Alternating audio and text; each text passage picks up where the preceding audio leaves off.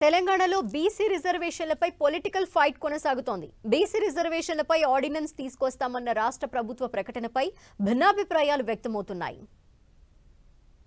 మీరు ఏం ప్రెజర్ చేశారు? 1990లో జయలలిత గారు 3 సంవత్సరాలు ప్రెజర్ చేసుకుని 1994లో ఢిల్లీలో కూర్చొని ఒత్తిడి తెచ్చారు. మరి మీరేం తెచ్చిండ్రు ఒత్తిడి? ఒక్కరోజు ధర్నా చేసుకొని తూతు మంత్రంగా వచ్చేసిండ్రు. ప్రధానమంత్రి కలిసారా? ప్రెసిడెంట్ కలిసారా? అఖిలపక్షాన్ని తీసుకువెళ్లారా? వార్నింగ్ ఇచ్చారా? మీరు ఆ యొక్క బీసీ యొక్క ఈ బిల్లును రాజ్యాంగంలో 9వ షెడ్యూల్లో పొందుపరచకపోతే మేము ఢిల్లీ వదిలి రాము అని చెప్పి ఏమైనా అల్టిమేటం ఇచ్చారా? ఇవన్నీ కూడా తూతు మంత్రంగా మొక్కుబడిగా చేసే వ్యవహారంగా భావిస్తున్నాం. కాబట్టి ఇంత దూరం వచ్చినా కూడా మమ్మల్ని మోసం చేస్తే మాత్రం తీవ్ర పరిణామాలు ఉంటాయి. ఎందుకోసం మీరు ఇవన్నీ కాలేపించారు? నిజంగానే ఆర్డినెన్స్ ద్వారా తీయాలనుకుంటే 20 నెలల ముందే ఆర్డినెన్స్ ద్వారా చేయొచ్చు ఎన్నికల ప్రక్రియ.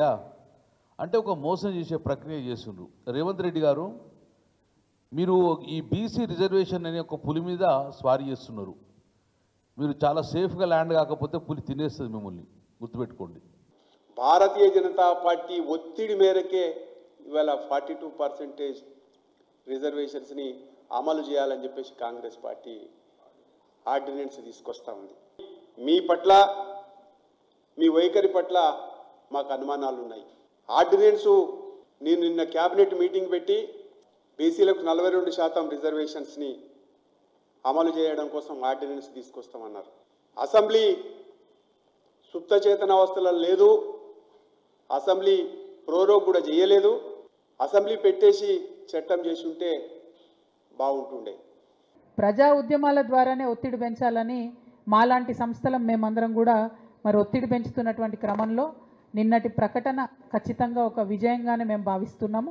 అందుకోసమే ఈ విజయాన్ని ఆస్వాదిస్తూ ఆర్డినెన్స్ ఇస్తామని చెప్పినారు కాబట్టి మేము తలపెట్టినటువంటి రైల్ రోకోను కూడా నిరవధికంగా మేము వాయిదా వేస్తూ ఉన్నాము. ఆర్డినెన్స్ ఇచ్చి ఇమీడియట్గా రిజర్వేషన్ వచ్చే మాట అయితే మరి 18 నెలలు ఆగాల్సినటువంటి అవసరం ప్రభుత్వానికి ఏమిటి అన్నది ఫస్ట్ క్వశ్చన్. ఎందుకు ఆగినరు అన్నటువంటి విషయం నిజంగా చాలామంది కన్ఫ్యూజన్లో ఉన్నారు. కేవలం కాంగ్రెస్ పార్టీ మాత్రమే చేసింది, మేము ఒక కొత్త బిల్లు పెడుతున్నాం, పాత బిల్లు కాదు అనేటటువంటి రాజకీయ లబ్ధి కోసం ఆగినరని ఇవాళ మేము బలంగా నమ్ముతా ఉన్నాం.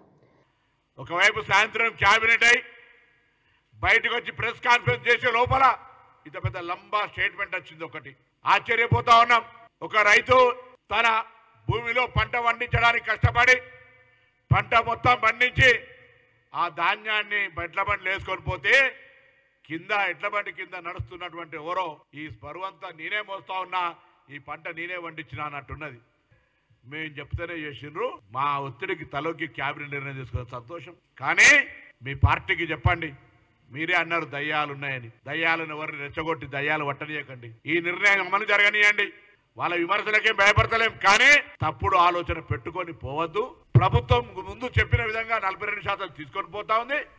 చట్టం చేసినాం, శాసనసభ తీర్మానం చేసినాం, రాజకీయ పార్టీగా ప్రముఖ వాగ్దానం చేసినాం, అమలు చేసి అలా ముందుకు తీసుకొస్తున్నప్పుడు ఇంకా ఏదో మాట్లాడితే దానికి పొరపాటు అవుతుంది.